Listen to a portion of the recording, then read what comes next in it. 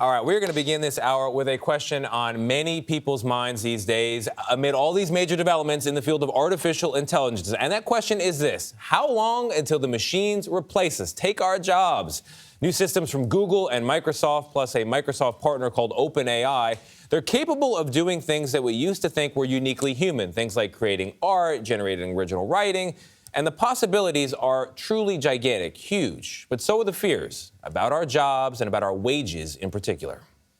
This is replacing white-collar jobs. As artificial intelligence gets better, anyone who writes for a living has to be concerned. I mean, this thing, it can create code. job security is only supposed to get worse. And in reports like this one of the top jobs our AI overlords plan to kill, coding or computer programming is often on the list. Click new prompt. Okay, new chat. So, with the indulgence of Sam Zonka, a coder and instructor at the General Assembly Coding School in New York, I decided to test the idea of an imminent AI takeover by seeing if the software could code for someone who knows as little about computers as me. Oops. Eliminating the need to hire someone like him. Please build a personal website for CBS anchor Gayle King. We use the famed ChatGPT, famed in part for writing code. So all this gobbledygook on the screen, that's what people who sit in these classrooms learn. Yep. And I, for one, was prepared to be amazed. But take a look at the results. About as basic as a basic website can be. What do you think? You're the professional. And while there is more sophisticated AI coding software out there, it seems none of it can yet replace the talent of professional coders. In fact, it may actually help them. So if you could look into the future here, how do you think AI will change the way you do your job? It'll definitely automate the more tedious parts of it, but it's still a long ways away before having a true impact. Hello. Hi, Tony. How are you? Great to meet you. Microsoft CEO Satya Nadella is a big believer in AI, but not in the idea that AI is coming for our jobs. You think it will create more jobs than it will take? I believe it creates more, I would call it, both satisfaction in current jobs and net new jobs.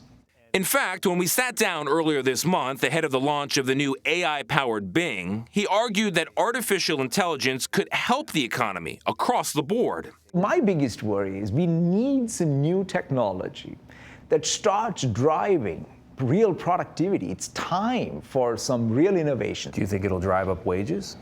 I do believe it'll drive up wages because productivity and wages are related. But while that may be true in the long run, MIT economist David Autor believes that the rise of AI does indeed mean millions of jobs are going to change in our lifetimes. And what's scary is we're just not sure how. We are very good at forecasting what we will not be doing and very poor at forecasting what we will be doing. He points out, for example, that more than 60% of the types of jobs people are doing today didn't even exist in the 1940s, while many of the jobs that did exist have been replaced. What we've seen over the last 4 decades in the U.S. and many industrialized economies is what economists call labor market polarization, which means the hollowing out of the middle set of jobs that often were kind of middle-class jobs involving blue-collar production and operative work, but also administrative support, clerical tasks. We used to have banks and banks of people who answered phones, who did typing and filing, who reproduced documents, who kept tables of books.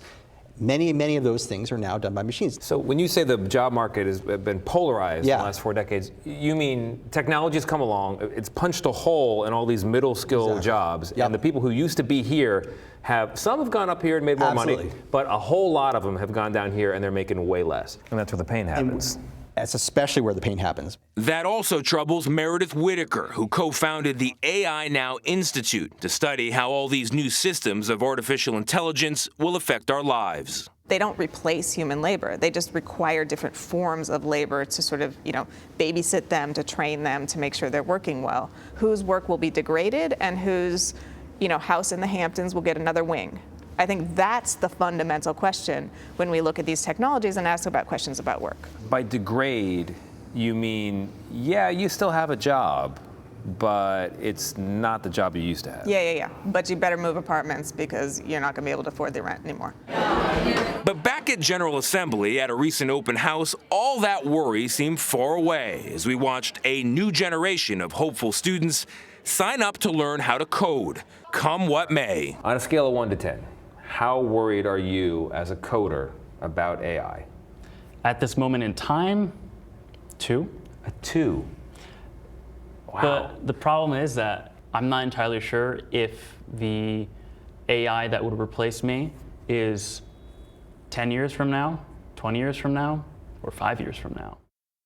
So he's not worried. I wanted to give people some practical takeaways here, right? So for the future, for kids, they're going to be fine. There's going to be jobs in the future. People are going to have jobs in the future. Right. If you're working right now and you're worried what's going to happen to your job, you got to think about how what you do can complement rather than compete with these AI systems. That's what the economist at MIT says. And also, Meredith Whitaker, what she points out is it's time now to organize if you're a worker, go to management as a group, and use your voice to shape how your company buys these systems and implements them. Otherwise, you're going to be on the receiving end as opposed to in the driver's seat. You're responding as opposed to being proactive. Absolutely. You're saying do that. And just like anything else when it comes to competition, it probably works if you study what AI is doing well. Yeah. And having an understanding what it does that you can possibly do. And don't necessarily panic. You see these lists of all the jobs that are going to be eliminated. We're not very good at making those predictions, right? Things happen in different ways than we expect. And you could actually find an opportunity to make more money if you figure out how you can complement the machine as opposed to get replaced by the machine. There you go. Satya Nadella from Microsoft seemed to set it up as a value add, not a value takeaway. In the long term, the research suggests he is correct. Yeah. In the long term, more jobs, more money. It's in the short term where all the pain happens, and I was hoping to give people some guidance in what to do right this moment, how to feel. That was good. Yeah, that was real good.